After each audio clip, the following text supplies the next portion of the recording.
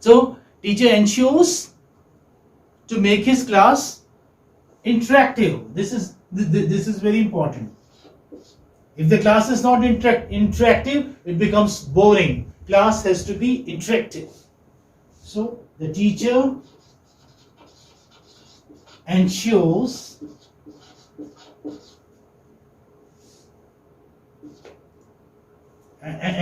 to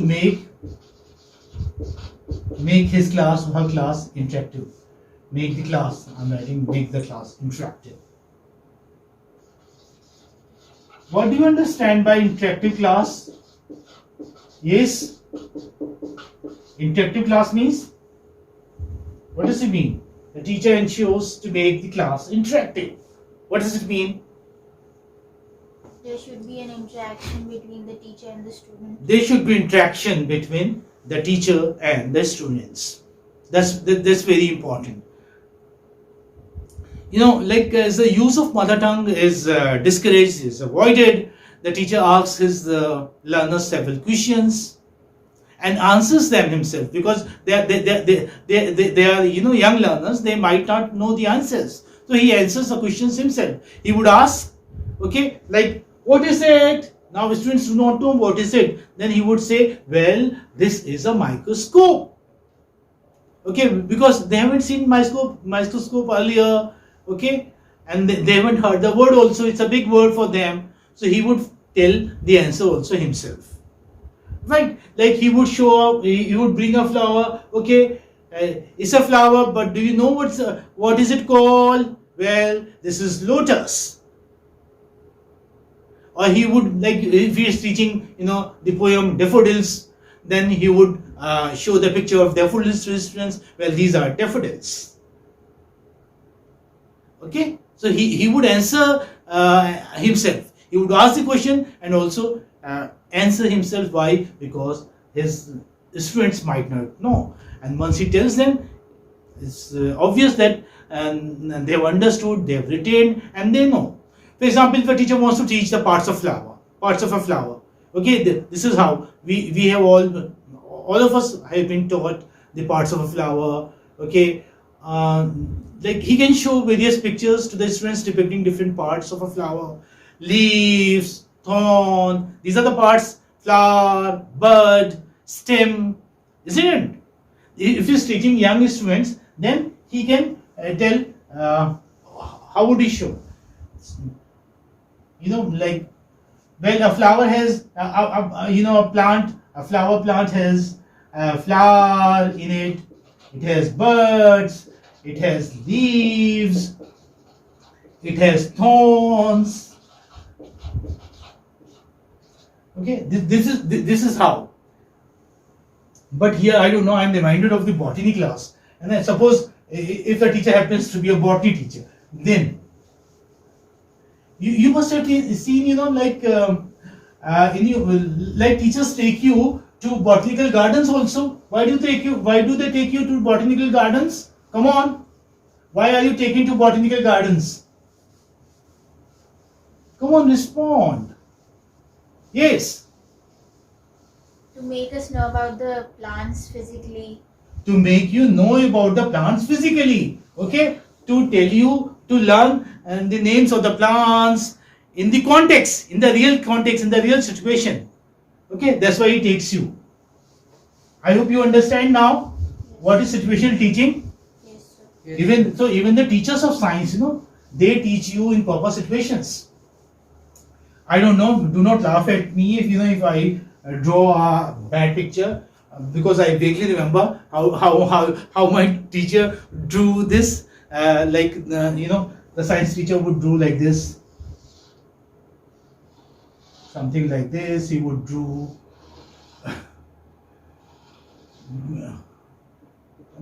Something like this. He would draw.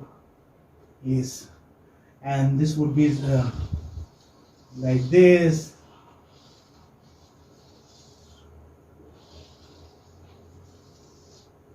Okay, and then here you have sepals, where this flower rests.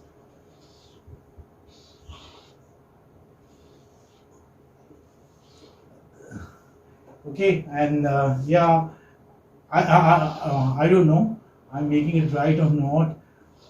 This is how it used to be, because say some 3 decades earlier, this is how my teacher made it.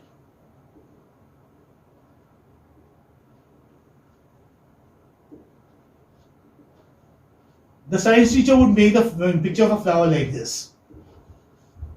Why I'm making it? Because like students would understand the parts of the flower unless and until he shows them. He shows a picture or draws say on the board. Now he will say, well, this is petal, is it not? And what is it? This is filament. Am I right? Filament. Yes, sir. You have filament in bulbs also, Do you have or not? Yes, sir. And yeah, and here this the flower is a rhyming word. Sepal. Is it not? Yes. Okay. And yes, what else do we have? We have stigma also, no? Do you remember stigma? Stigma would be stigma. I have not made it. This you may call stigma. Okay, is it a stigma? Yes, sir. Stigma. What is another meaning? Suppose a teacher of English is using the word stigma, or a language teacher is using the word stigma. What does it mean? Stigma. Stigma. Yes, blot. That's a stigma, like dowry system is a stigma to this society, you may say. Or bride burning is a stigma. It's a social evil. And how would this? Yes.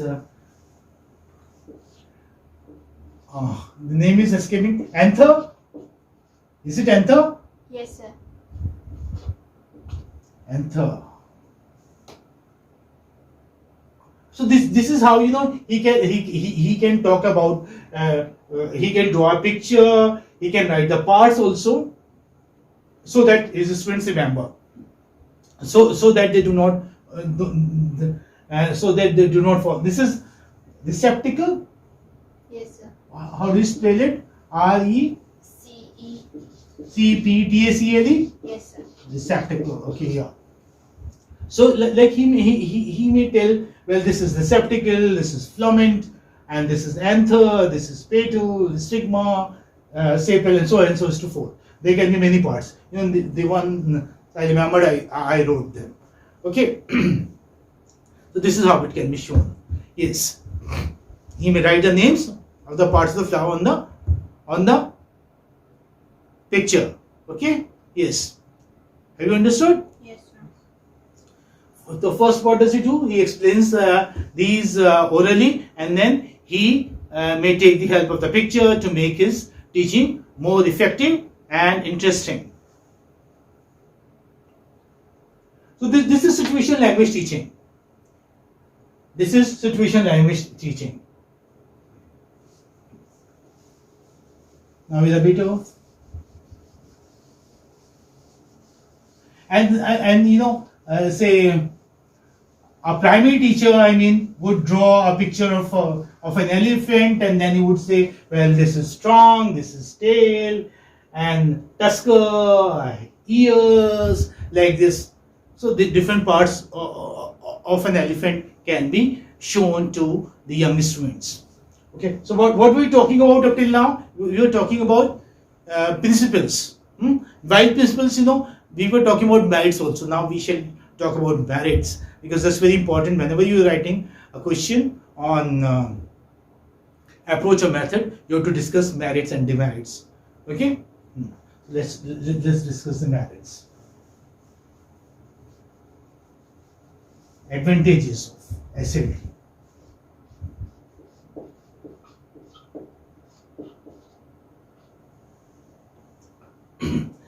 Merits of situational language teaching.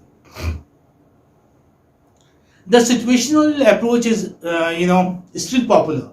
I won't say that, okay, it died in 1960. No, It did not die in 1960, as some say. In many books, or say on the internet, you would find that it started in 1930 and it ended in 1960. No, it did not die. Approaches and methods do not die, in fact. And language doesn't die, in fact. Then they may become out of fashion, but you can't say that that thing is no more. The situation, I would say that it's still popular with language teachers. Like I told you, even I follow it sometimes if I find a need of it. Because of its and why? How has it survived? And why is it a favorite of some teachers? Because of its practicality. Okay, practicality. What does the word practicality mean? Means you still have the use. You still have the practical use of it in teaching of grammar patterns, and its emphasis on oral practice. Because if you are giving oral practice to your students, then what will they learn? They will learn speaking. You will improve their spoken skills. So the approach is still popular. The first point I would be say, as far as merit is concerned, I would say that it creates interest among the students. Okay, number one. First merit is that it is interesting, or it is interesting. This we can write, or to be. It creates interest. It creates interest in the students, because you're doing so many things in the classroom.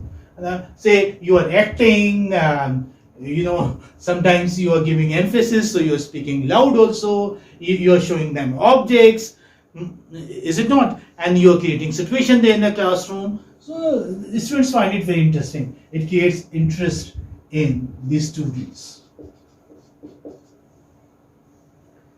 Yeah.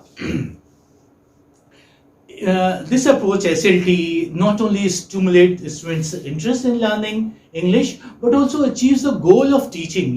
The goal of teaching. What is the goal of teaching? That your students should be able to speak in English, speak in the target language. They should acquire the 4 skills. So teachers use their imagination and creativity, and that of the students in interpreting the lessons, rather than keeping the students confined to the text of the story. So they are teaching a story, okay, like for example, Sleeping Beauty or Sleeping Princess.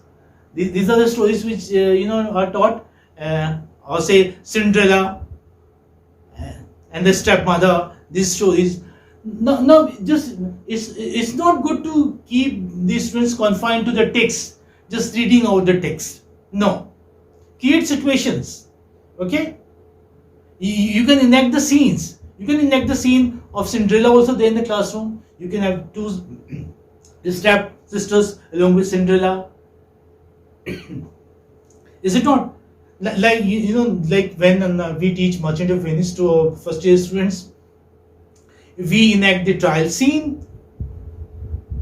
We even enact the bond scene there in the classroom, and that's very interesting.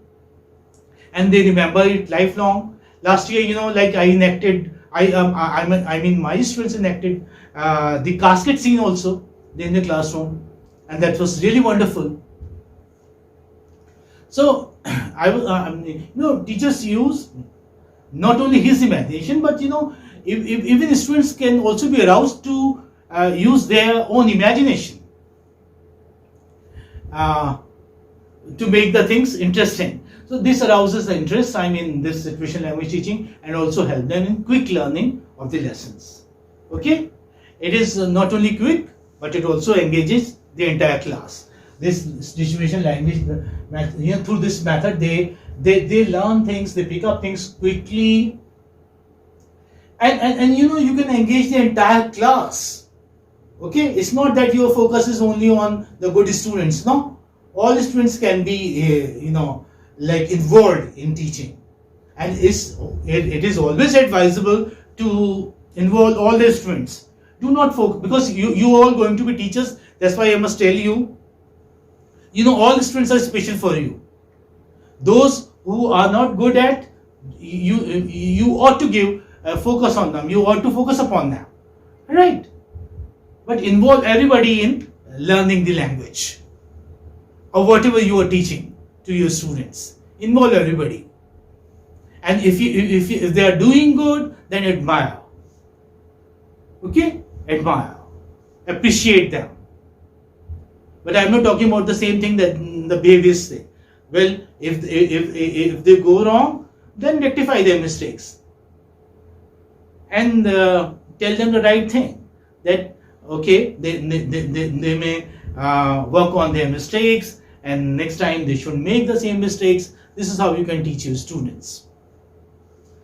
So the first thing which I wrote was it creates interest in the students, and here, because as they say, this approach is suitable for the young learners, so emphasis is given here on learning by play. Number 2, focus or emphasis is given on learning. Play method you have, learning by play.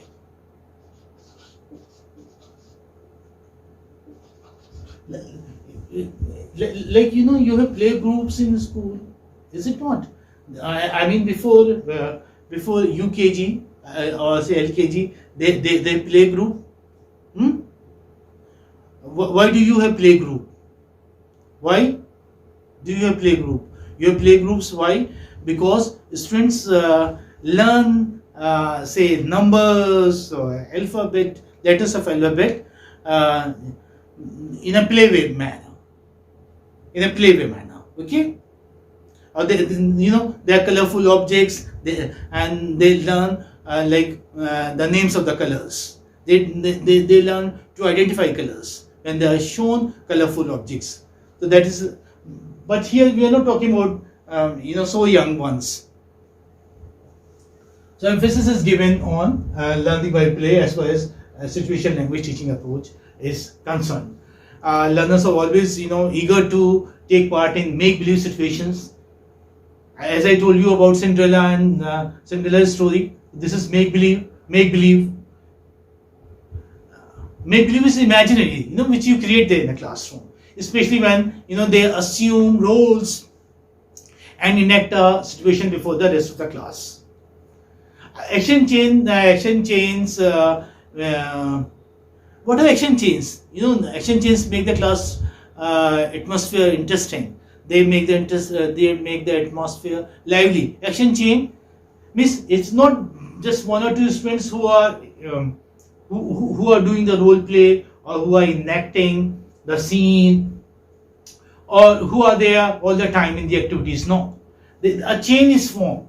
For example, what do I do? Again, I would say, I refute the point when they say that this approach is only suitable for the young learners. No, this depends upon the creativity of the teacher. If the teacher has good imagination, then he can use this even at the undergraduate level. Like when I teach say MOV, Orchard of Venice, to my students, and when I've completed the play, when they know the story of the play, I just what do I do? I just make them play spin a yarn. Spin a yarn. Have you played this spin a yarn?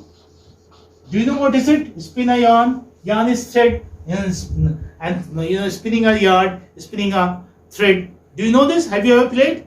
No? Okay, play it. You can do that.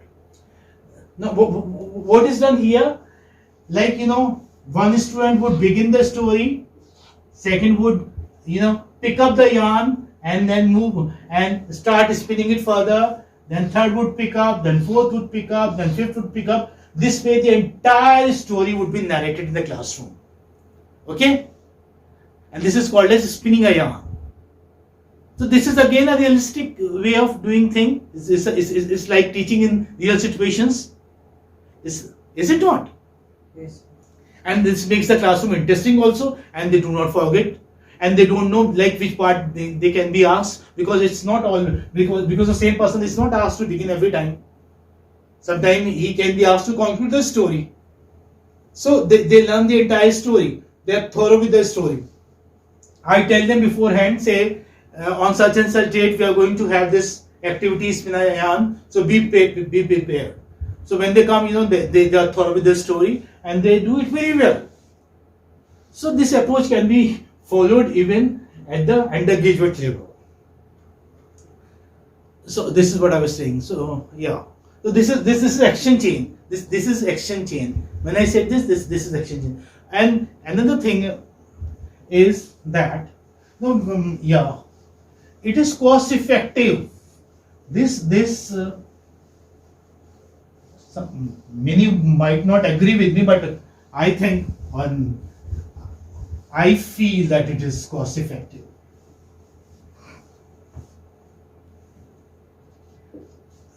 Yes, it is cost effective. Cost effective. All approaches or all methods are not cost effective, but this one is. Although you need, yes, a number of gadgets, like not electronic gadgets I'm talking about. Okay, you needed electronic gadgets in audio-lingual method. Tape recorders and other devices. Here, but just posters, just charts can do. Just teachers' imagination can do. Just teachers' creativity can do. So it is cost effective. And like posters and charts are not very very expensive. They're very cheap. And then they're worth this approach, worth the approach. Is it not? Do you know what does the word mean, cost effective? Yes, sir. What does it mean? Come on. To be worth the price or worth anything. Okay. Good. Nice. Like although it does make use of a lot of material aids, yet it is cost effective. Keeping in view the productivity of the approach. Okay, means the approach is worth the productivity of the approach. That's why I say that this is cost effective. These aids are used to make the learning stable and interesting. Why do we need teaching aids? Why do we use charts and all or posters in the classroom? To make the teaching interesting and to make the teaching stable also, so that they remember lifelong, so that they retain whatever they are taught in the classroom. Besides, these aids make the illustrations clear. Is it not? Yes, sir. Yeah. Teacher may show them pictures, videos, and can make his students listen to as like you can't say that this died in 1960. No, I still follow it. I use my mobile phone. I use my cell phone. I mean, if I want my students to learn the right pronunciation, and if they are confused about the pronunciation, then I show it. Okay, I show them on there on my phone. And suppose like if the like I was teaching them say castor tree, and they don't know what a castor tree is. They have never seen that tree. So what did I do? I just like showed them there on my mobile. So this is how. So now teacher may show, at the present times, videos to his students, and he may make them listen to the right pronunciation, accurate pronunciation on his smartphone. So what do you think? Smartphones, they are something very recent. Yes, sir. Okay? They are the invention of the 21st century. So we are using the approach even now, even in the 21st century. The approach has survived. Has the approach survived or not? Yes, sir. Yes. So it has survived. So it's telling you that it is cost effective.